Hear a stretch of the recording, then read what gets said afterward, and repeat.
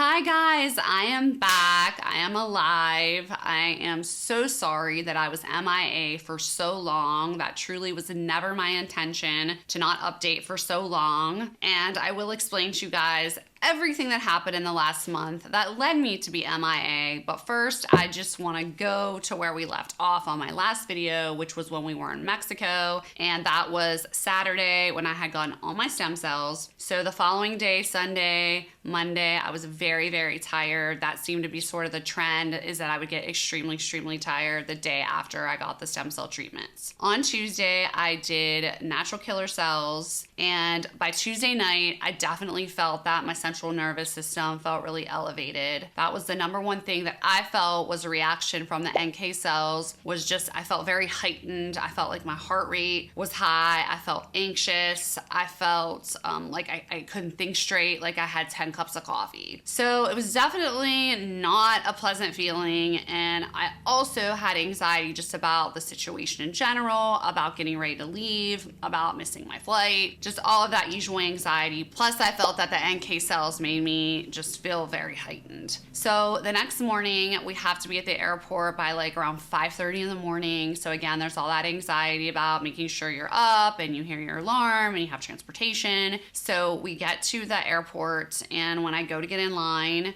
my flight is supposed to leave at 7:30, and they tell me that my flight is canceled. So it is 6 a.m. and they tell me that the next flight is at 8 p.m. Honestly, there was just no way that I could stay there for 14 hours. I was just so tired and drained and just ready to get home. We had been there for 10 days, and that honestly was a really long time to be away. And that is one thing I want to talk about in my tips and tricks video that I promise I will get out to you guys about everything that we experienced in Mexico and things to make your trip better. But I will definitely get to that next time because I want to get you up to speed on everything that happened. So I also cannot find my immigration form. So I am just pretty much a hot mess at the airport. I'm looking for this immigration form. My flight's canceled. I don't know what I'm going to do. So I had decided, honestly, that I just had to go to another airline. And luckily, they had an opening on a flight that left at 9 a.m. And I was able to get on a 9 a.m. flight. So, of course, now I had that other flight that I just lost the money on that flight, and then I had to pay for another flight. So just more money, and it definitely did not want to spend more money on anything. But at that point, I honestly felt like I just would have spent anything because I was really ready to get home. So I fly home, and honestly, that day, like, it just kind of felt tired, out of sorts, you know, the typical feelings that you do feel when you travel. And also, we're on a different time zone. So that was Wednesday. By Friday, Saturday, I am just completely exhausted. That whole weekend, I just was so tired, fatigued. My muscles were tired. I really haven't felt that deep bone fatigue in a really long time. And I really did not do much that weekend. I would wake up, eat breakfast, take a nap, wake up, fiddle around, and just really just lay down, relax, try to drink a lot of electrolytes, stay hydrated, and just rest. So then we're kind of going into lovely daylight savings time. And so that whole week, I just felt kind of out of sorts, felt tired. And then we're getting into the second week, and the fatigue is starting to lift a little bit. Like, I definitely noticed that I'm not as tired, and I'm noticing that I'm having a great improvement in my shortness of breath and my chest tightness. So at about the 2-week mark, I go to work and I come home, and I actually feel like I want to work out.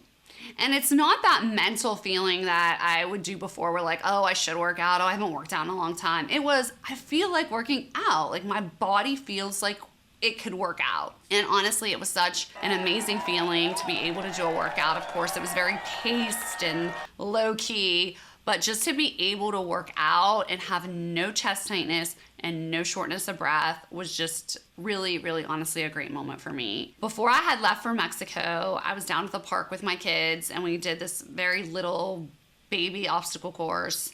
And just doing this little obstacle course, I was so short of breath. And it was just it was just one of those defeating moments. I was just like, I cannot believe I'm this short of breath from literally doing this little obstacle course with my kids.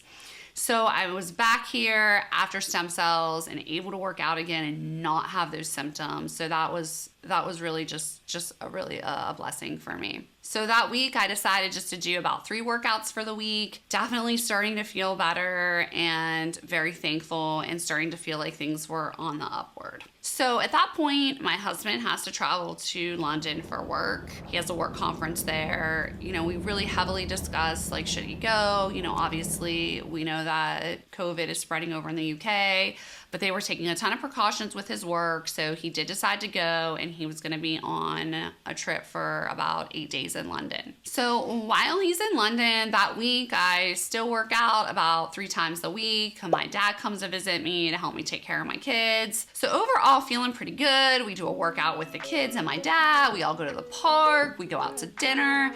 So I'm definitely feeling good. I had wine a couple times, like no issues, feeling pretty good. And then the winds here get really, really bad, and my allergies just really start flaring up, and I start getting what I typically get, my seasonal stuff, allergies, sinuses, headache, congestion. So I had like a few really positive weeks there, and then I'm just kind of getting hit with all these allergy sinus symptoms and things like that. So that is the day actually my husband flies back from UK. He was COVID tested 4 times in the UK. He COVID tests to get back on the flight to get to the US. And when he comes back, the next day we have him COVID test again. All negative, no symptoms. So we have dinner with him that evening. Me and him sleep in the same bed. I wake up. I go to work. Again, I am having at this point, I'm having a lot of head congestion, sinus pressure, headache, all that stuff from just allergies and chronic sinusitis, which I've had my entire life. So I come home from work and I open the door, and he is standing in the back door, and he has a mask on. And I am like, what is going on? And he said, I just tested positive for COVID.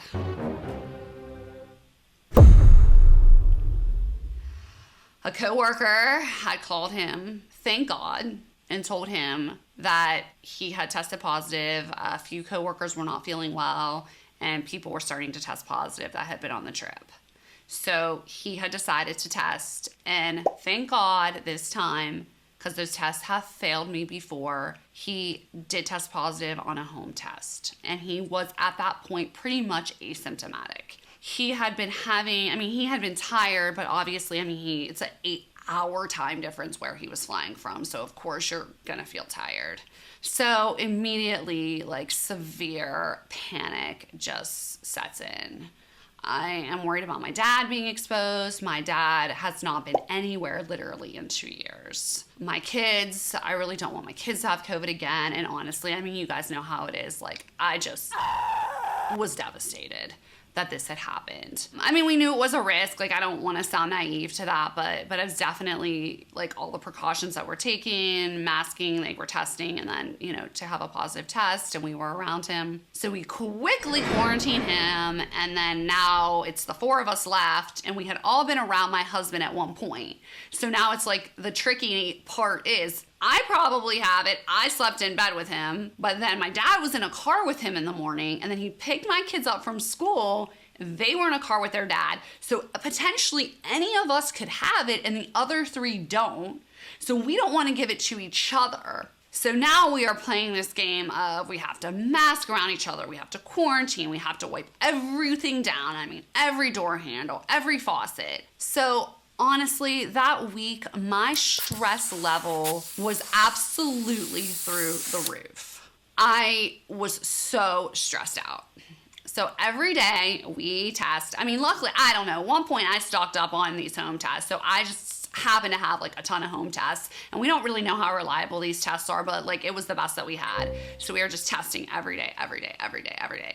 I am on prednisone because of my sinuses, all the inflammation in my head, and I have symptoms of something because I had something before I even was around my husband.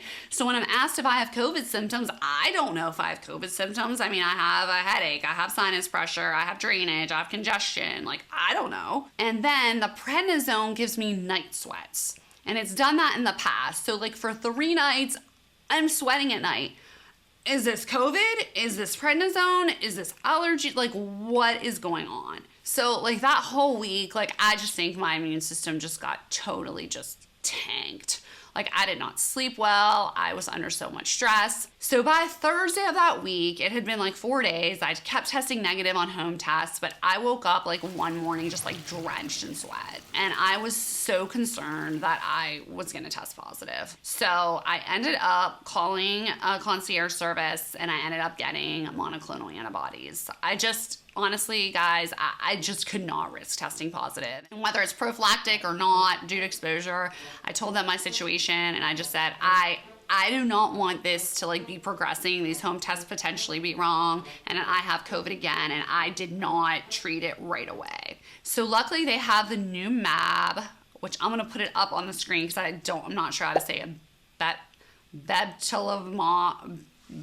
Bebtelovimab or whatever. I don't know how to say it, but that is the one for all Omicron variants and subvariants, which of course we assume it's the BA2 because he came back from London. So there was that. And then of course the MABs make my nervous system kind of flare up again. I did the same thing when I had BAM, where you get kind of anxious and I'm feeling like I'm having like these herxing effects. So like everything is just this big puzzle piece of like what is causing what is causing what.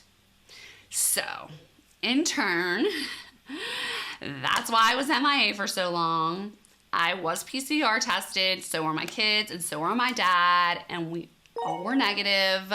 So all I can do is just pray and hope that none of us had it and that the reactions I was having, I don't know, maybe the medication, maybe some sort of flare up. I really don't know. But I did get MABs because of the exposure. It was so close. So that brings me to, I wanted to be able to just give you guys, oh yeah, stem cells was amazing and it was great and I feel great and I'm 100 and the end of the story.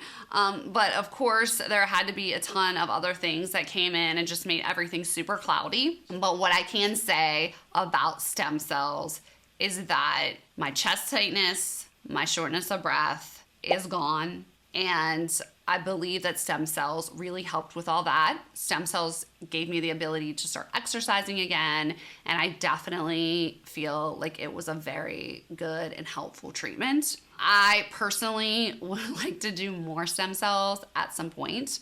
Right now, my funds are low. As I'm sure if you've seen my cost of COVID video, you guys have known I spent a ton of money. My funds are low right now. So I have to just let the dust settle from all of this with this potential re-exposure, with me getting MABs, with just everything. Like my body just needs to like settle down right now and heal. But like all in all, I'm very, very thankful that I did the stem cells. I believe in the therapy 100%. I don't know if going once is going to be enough for people that have many issues. I don't know if it was even enough for me. I came home and I did still have the heightened nervous system stuff going on, but then honestly that went right into allergies, medication side effects, possibly re-exposure and MABs. So it's like I can't even really like fully give the clear picture, but I can say that I have had benefit 100% from getting stem cells. So thank you guys so much. If you're still listening to this, I know I just blabbed on for a long time. I just really wanted to give you guys the rundown of what has happened over the last month. It was honestly never my intention to just like go AWOL and have no report for so long. And I so appreciate the lovely, kind messages from people asking me, are you okay? Are you alive? Is everything good? Like I really appreciate that. So I did get one little hater comment thrown in there, which I will address in another video, just because I think I should address it. But otherwise, I've gotten nothing but great support from all of you. And again, I mean, I recommend stem cells. I felt that they helped me in the past, and I definitely feel that they have helped me now. I will be back, you guys, shortly with tips and tricks for traveling to Mexico or out of the country and getting stem cells. And then I will be back with an update video of how I'm really doing, and maybe I can have a better picture in my mind of exactly what's going on after the dust settles. Be safe, don't go to the UK, wear a mask, and peace.